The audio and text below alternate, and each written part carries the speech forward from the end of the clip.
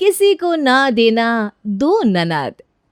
शादी के बाद एक ननद को संभालना भी मुश्किल हो जाता है, लेकिन शालिनी, जिसकी एक नहीं बल्कि दो दो ननद है, अब अपनी दो दो ननदों के साथ शालिनी कैसे अपने ससुराल में सुकून से रह पाती है, या फिर उसकी दोनों ननदें उसका जीना हराम कर देती है। चलिए देखते हैं। क्या बात है भाभी, नई नई साड़ी? हाँ, आज हमारी वेडिंग एनिवर्सरी है ना, तो कल तुम्हारे भैया लेकर आए थे। अच्छी लग रही है ना साड़ी? हाँ भाभी, बहुत अच्छी लग रही है। और आपके ऊपर तो हर कपड़ा खिलता है। आप चाहे सूट पहने या साड़ी, आपके ऊपर सब जचता है। जब इनके लिए मेरे भैया छोटी छोटी चीज़ों में ऐसे पैसे बहाएंगी, तब क्या ये अच्छी नहीं लगेगी? भैया को तो इन्हें अच्छा बनाने के लिए कितनी मेहनत करनी पड़ती है। इतने महंगे महंगे तो कपड़े लेकर आते हैं इनके लिए, तब जाकर ये थोड़ी ठीक लगती है। पता नहीं भैया को इनमें ऐसा क्या पसंद आ गया, वरना इतनी अच्छी अच्छी लड़कियों के रिश्ते आते थे भैया के लिए। ये आपने सुबह सुबह क्या बातें लगा दी शिवानी दीदी? क्या कमी है भाभी में? भाभी जितनी सुंदर तो हमारी पूरी फैमिली में कोई और है ही नहीं। हमारी भाभी तो लाखों में एक है। सुंदरता के बारे में तो देखो बोल भी कौन रहा है। जिसकी खुद की शक्ल तेरे जैसी हो, उसे सुंदरता का मतलब ही क्या पता है। आई बड़ी भाभी लाखों में एक है। शिवानी, तुम्हें मुझे जो बोलना है तुम बोलो, लेकिन तुम हर बात में गीता को उल्टा सीधा क्यों कहने लगती हो? अरे चलो, मैं तो तुम्हारी भाभी हूँ, मुझे तो तुम जो मन में आता है वो बोलती हो, लेकिन कम से कम अपनी बहन से तो इस तरह से बात मत किया करो। अच्छा, तो इसे समझाओ ना, जब मैं आपको कुछ कहती हूँ तो बीच में ना बोले। बहुत शौक है ना इसको आपकी हिमायत लेने का, तो फिर सुनेगी भी। और मैं कौन सा झूठ बोल रही हूँ?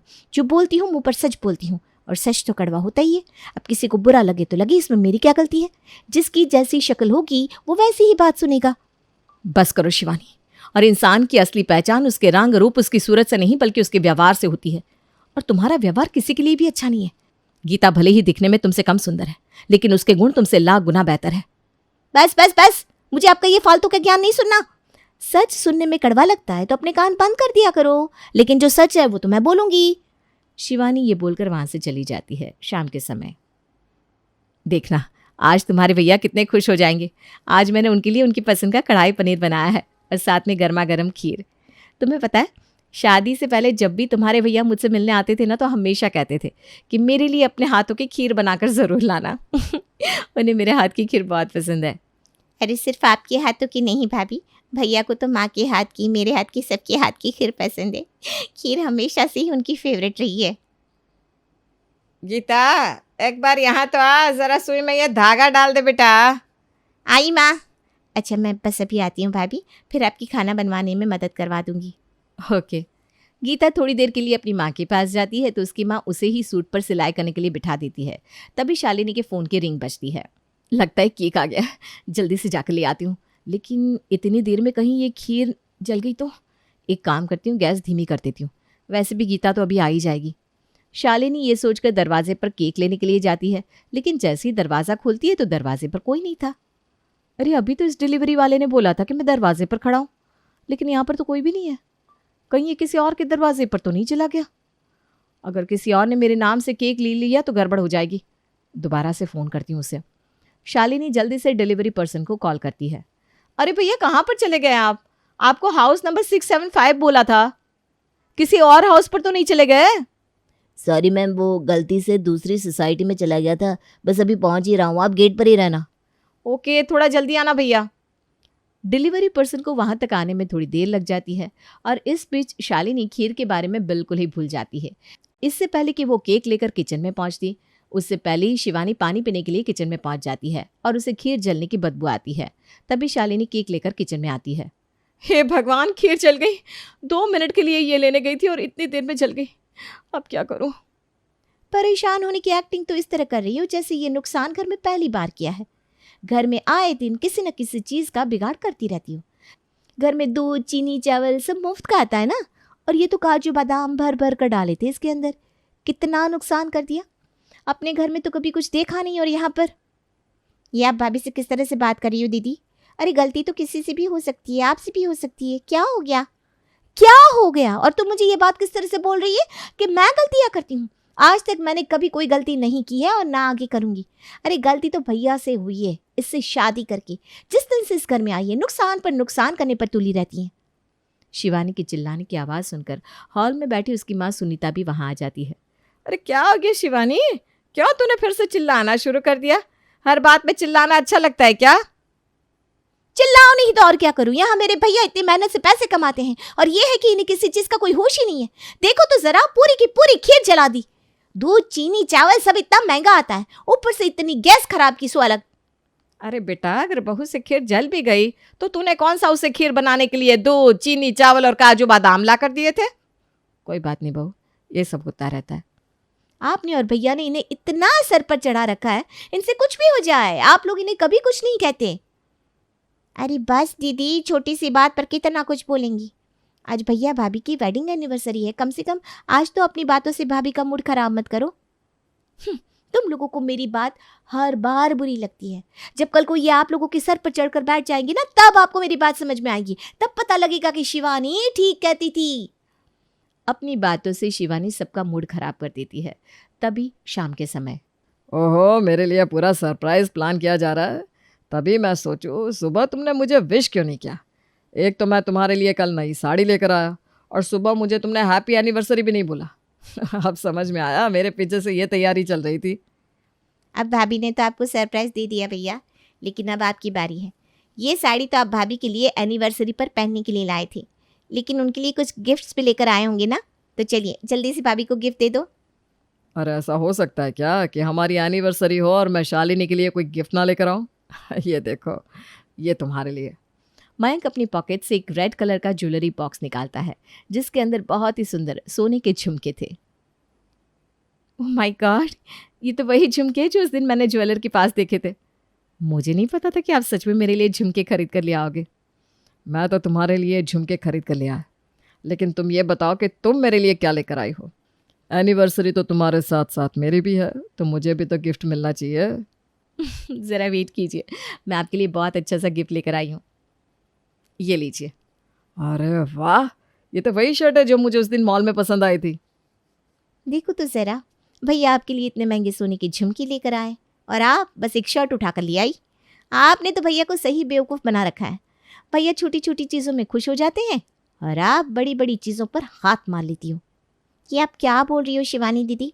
कम से कम भैया भाभी के इतने स्पेशल मोमेंट के बारे में सोच कर तो बोलो। तुझे तो बस हर टाइम अपनी भाभी ही दिखती है, कभी भैया के बारे में भी सोच लिया कर। अरे जब भैया इनके लिए इतना अच्छा गिफ्ट लेकर आए तो इन्हें भी तो भैया के लिए कुछ अच्छा सा लेकर आना चाहिए था। भैया आप ही देखो, जब देखो तब भाभी के लिए पैसे लुटाने पर उतारू रहते हो आप, लेकिन कभी ये भी तो सोच लिया करो कि भाभी आपके लिए कुछ करती है कि नहीं। ये आपके लिए एक शर्ट क्या लेकर आ गई, आप तो फूले नहीं समा रहे। तुम इतनी बड़ी हो गई, लेकिन मुझे यह समझ में नहीं आता कि तुम्हें दूसरों से बात करनी कब आएगी। माँ के बाद अगर कोई मेरा अच्छे से ख्याल रख सकता है तो वो सिर्फ और सिर्फ शालिनी ही है। जिस वक्त तुम सोकर भी नहीं उठती हो ना, उससे पहले वो मेरे ऑफिस के लिए खाना बनाकर तैयार रख देती है। और बात रही इस शर्ट की, तो ये शर्ट बहुत महंगी थी, इसलिए मैं इसे खरीद नहीं पाया था।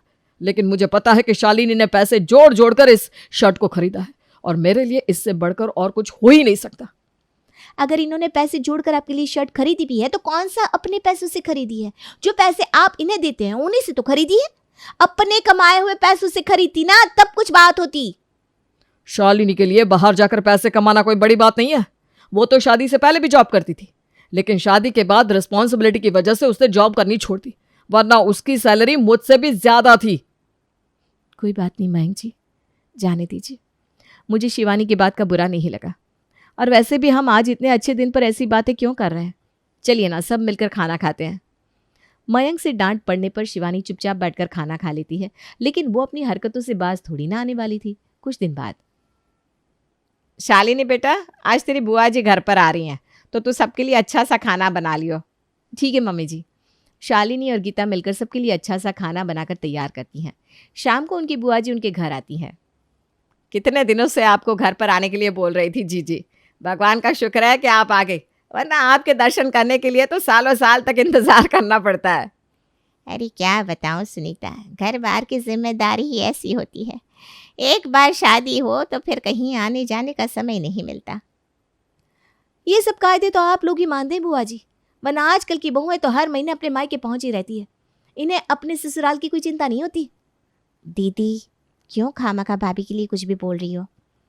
अरे कुछ भी बोल रही हूँ तो तुझे क्यों तकलीफ हो रही है? और वैसे भी जो कह रही हूँ ना, सच कह रही हूँ, कुछ झूठ थोड़ी ना बोला है मैंने। इनको तो जब देखो तब अपने मायके जाने की पड़ी रहती है। मायके के अलावा कुछ दिखता है क्या इन्हें? दीदी, जब आपको पता है कि भाभी के कोई भाई बहन नहीं है तो फिर आप ऐसी बातें क्यों कर रही हैं? अब उनके मम्मी पापा ने उनकी शादी कर दी तो इसका मतलब ये थोड़ी ना है कि भाभी की अपने मम्मी पापा के लिए कोई जिम्मेदारी नहीं रही। अगर भाभी के कोई भाई या बहन होते तब वो थोड़ी निश्चिंत भी हो सकती थी, लेकिन अब वो उनकी इकलौती बेटी है तो कम से कम हर महीने उनसे मिलने तो जाएंगी ना। हाँ, तुझे ज्यादा अपनी भाभी की हिमायत लेनी आ रही है। अरे निर्मला बेटा, मुझे तो ये समझ में नहीं आ रहा तुझे अपनी भाभी से आखिर परेशानी क्या है।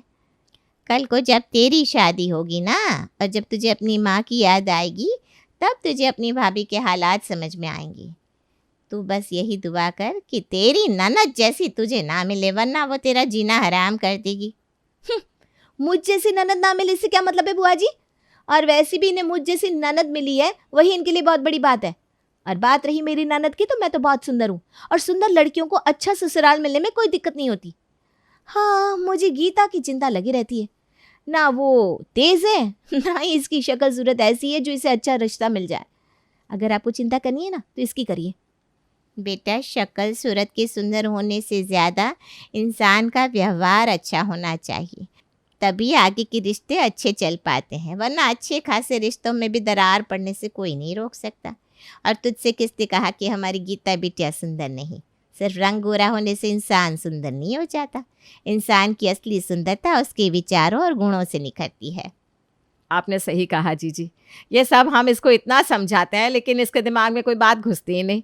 बस दिन भर कभी अपनी भाभी की तो कभी गीता के पीछे पड़ी रहती है। बेटा, एक बात हमेशा याद रखना, इंसान जैसा व्यवहार किसी के साथ करता है, एक दिन वही व्यवहार उसके पास लौट कर आता है। कहीं ऐसा ना हो जैसे आज तुम अपनी भाभी को परेशान कर रही हो, कल को तुम्हें भी ऐसा ही ससुराल मिले जहाँ पर तुम्हारी ऐसी हालत हो जाए।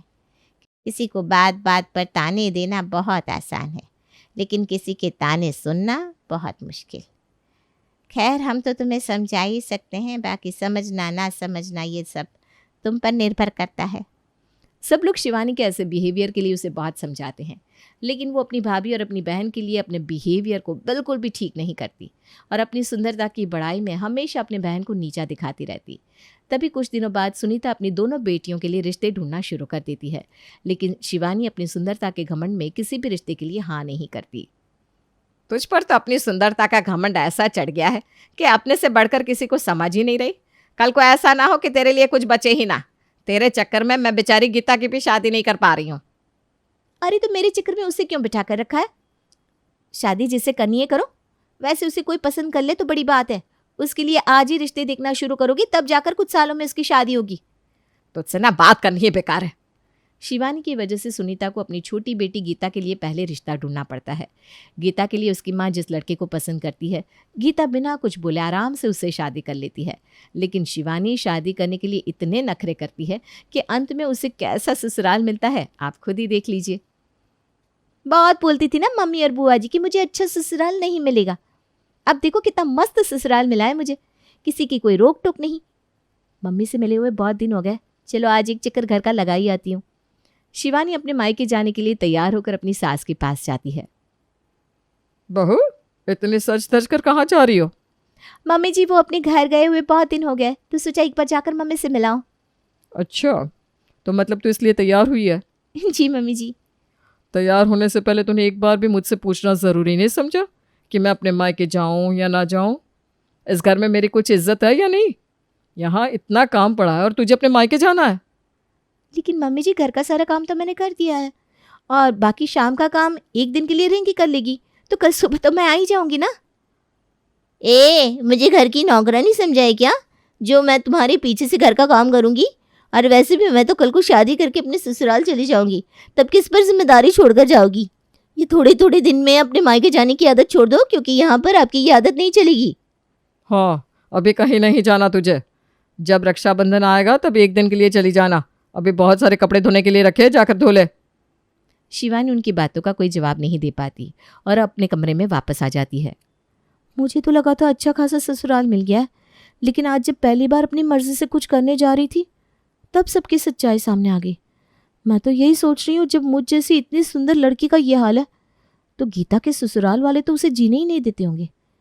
एक बार गीता के पास फ़ोन करके उसका हालचाल पूछ लेती हूँ। उसका हाल पता चलेगा तो मेरे दिल को ज़रा तसल्ली मिलेगी। शिवानी ये सोचकर अपनी बहन के पास फ़ोन करती है कि उसकी ससुराल वालों ने उसका हाल बहुत बुरा बना कर रखा होगा। गीता ही फ़ोन उठाती है। हेलो, कैसी है गीता? तेरे ससुराल में सब ठीक है ना? तुझे ज़्यादा परेशान तो नहीं करते तेरे ससुराल वाले? अरे क्या दीदी, आप भी मेरे साथ मजाक कर रही हो। भला मेरे ससुराल वाले मुझे क्यों परेशान करेंगे? भगवान की दया से बहुत अच्छा ससुराल मिला है। यहाँ पर तो लगता ही नहीं कि ससुराल में रह रही हूँ।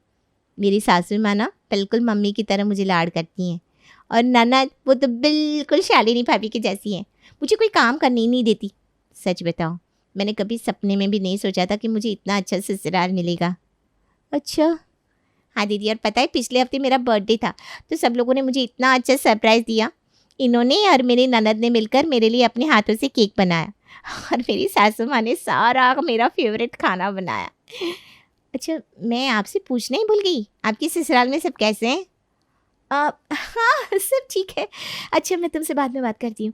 अब मुझे ना अपनी सासू माँ के साथ ज़रा मार्केट जाना है। ओके, बाय दीदी। गीता की बातें सुनकर तो शिवानी की सांस ही अटक जाती है। अपने दुख से ज़्यादा गीता के सुख को देखकर शिवानी को ज़्यादा तकलीफ हो रही थी। लेकिन वो कहते हैं ना, जैसे को तैसा मिल ही जाता है। तो अंत में भी दोनों बहनों के साथ वैसा ही हुआ। जिसने जैसा किया उसको तैसा ससुराल मिल गया।